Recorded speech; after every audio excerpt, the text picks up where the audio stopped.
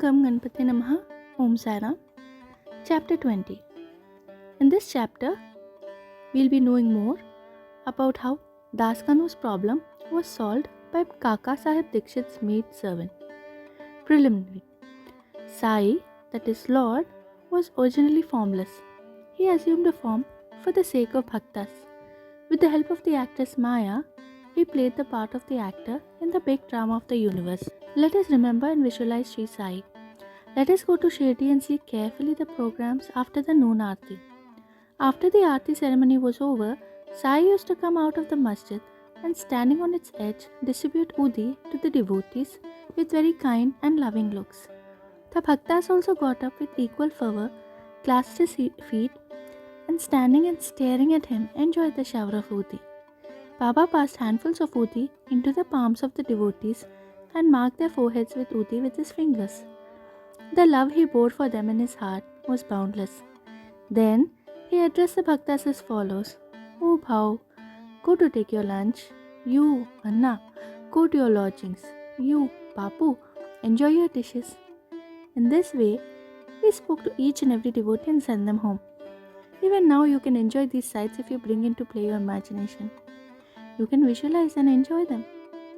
Now, bringing Sai before our mental vision, let us meditate on him, from his feet upwards to his face, and prostrating before him humbly, lovingly, and respectfully, revert to the story of this chapter.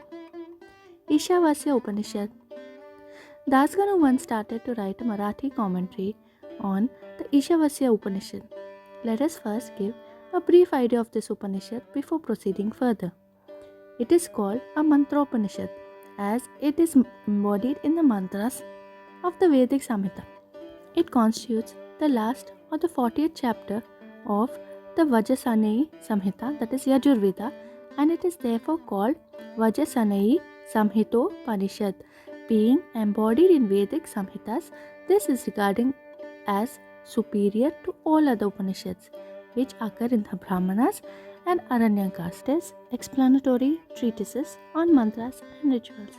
Not only this, other Upanishads are considered to be commentaries on the truths mentioned briefly in the Ishavasya Upanishad. For instance, the biggest of the Upanishads, that is the Brihadaranyaka Upanishad, is considered by Pandit Satwalikar to be a running commentary on the Ishavasya Upanishad. Professor R.D. Ranade says the Isha Upanishad is quite a small Upanishad, yet it contains many hints which show an extraordinarily piercing insight. Within the short compass of 18 verses, it gives a valuable mystical description of the Atman, a description of the ideal sage who stands unruffled in the minds of temptations and sorrows, and adumberation of the doctrine of Karma Yoga as later formulated, and finally a reconciliation of the claims of knowledge and works. The most valuable idea that lies at the root of the Upanishad is that of a logical synthesis between the two opposites of knowledge and work, which are both required according to the Upanishad to be annulled in a higher synthesis. In another place, he says that the poetry of the Ishopanishad is a commixture of moral, mystical, and metaphysical. From the brief description above about this Upanishad, anyone can see how difficult it is to translate this Upanishad in a vernacular language and brief out its exact meaning. Das Kanu translated it in Marathi OV meter, verse by verse. But as he did not comprehend the gist or essence of the Upanishad, he was not satisfied with his performance. He therefore consulted some learned men regarding his doubts and difficulties and discussed with them at great length. He did not solve them, nor did they give him any rational and satisfactory explanation. So, Das Kanu was a little restless over this matter. Guru, only competent and qualified to explain. As we have seen, this Upanishad is a quintessence of the Vedas. It is a science of self-realization. He thought that he who has himself attained self-realization can only give him the true or correct interpretation of the Upanishad. When nobody could satisfy Das Kanu, he resolved to consult Sai Baba about this. When he got an opportunity to go to Shirdi, he saw Sai Baba, prostrated himself before him, and mentioned his difficulties about the Ishavasya Upanishad and requested him to give the correct solution. Sai Baba blessed him and said, "You need not be anxious. There is no difficulty about the matter.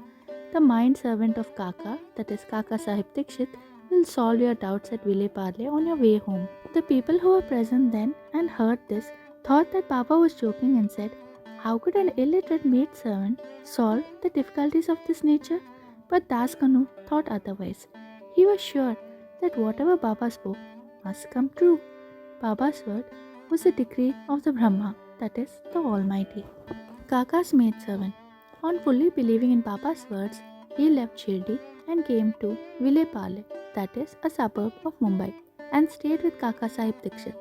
There, the next day, when Das Kanu was enjoying his morning nap, some say when he was engaged in worship, he heard a poor girl singing a beautiful song in clear and melodious tones. The subject matter of the song was a crimson-colored sari. How nice it was, how fine was its embroidery, how beautiful were its ends and borders, etc.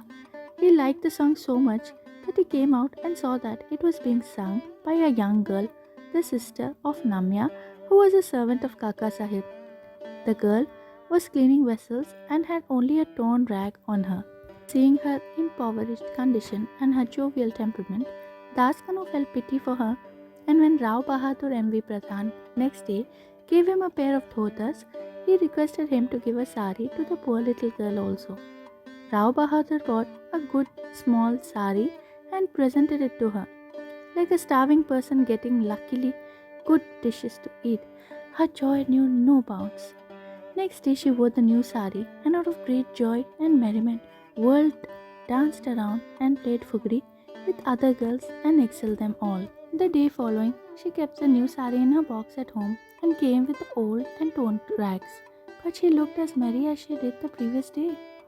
On seeing this, Das Kanu's pity was transferred into admiration. He thought that the girl, being poor, had to wear a torn rag, but now she had a new sari, which she kept in reserve, and putting on the old rag, strutted herself, showing no trace of sorrow or dejection. Thus, he realized that all our feelings of pain and pleasure depend upon the attitude of our mind. On thinking deeply over this incident, he realized that a man ought to enjoy whatever God has bestowed upon him in the firm conviction that he besets everything from behind and before and on all sides, and that whatever is bestowed on him by God must be for his good. In this particular case, the impoverished condition of the poor girl, her torn rag, and the new sari, the donor, the dance, and the acceptance were all parts of the Lord and pervaded by him. Hence, Das Kanu got a practical demonstration of the lesson of the Upanishad, the lesson of contentment with one's own lot in the belief that whatever happens is ordained by God and is ultimately good for us. Unique method of teaching. From the above incident, the reader will see that Baba's method was unique and varied. Though Baba never left Shirdi, he sent some to Kolhapur or Sholapur for practicing sadhanas. To some, he appeared in his usual form. To some, he appeared in waking or dreaming state, day or night, and satisfied their desires.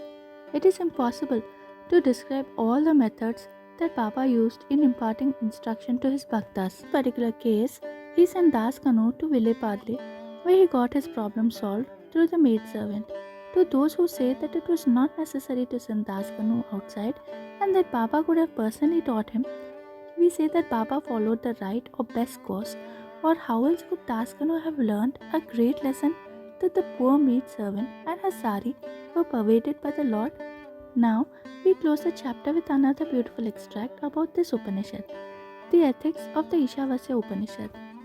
One of the main features of the Ishavasya Upanishad is the ethical advice it offers, and it is interesting to note that the ethics of the Upanishad are definitely based upon the metaphysical position advanced in it. The very opening words of the Upanishad tell us that God pervades everything. It is said that a man ought to enjoy whatever God bestows on him in the firm belief that as he pervades everything, whatever is bestowed on him by God must be good. It follows naturally that the Upanishad should forbid us from coveting another man's property. In fact, we are fittingly taught here a lesson of contentment with one's own lot in the belief that whatever happens, it is divinely ordained and it is hence good for us. Another moral advice is that man must spend his lifetime always in doing some action, specifically the karmas enjoined in the Shastras, in a mood of believing resignation to his will. Inactivity, according to this Upanishad, would be the canker of the soul. It is only when man spends his lifetime on doing actions in this manner that he can hope to attain the ideal of Naishkarmya. Finally, the text goes on to say that a man who sees all beings in the self and sees the self as existing in all beings, in fact, for whom all beings and everything that exists have become the self. How can such a man suffer infatuation?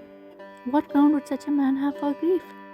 Loathfulness, infatuation, and grief proceed from our not being able to see the Atman in all things. But a man who realizes the oneness of all things, for whom everything has become the self, must cease to be affected by the common foibles of humanity. Bow to Shri Sai, peace be to all.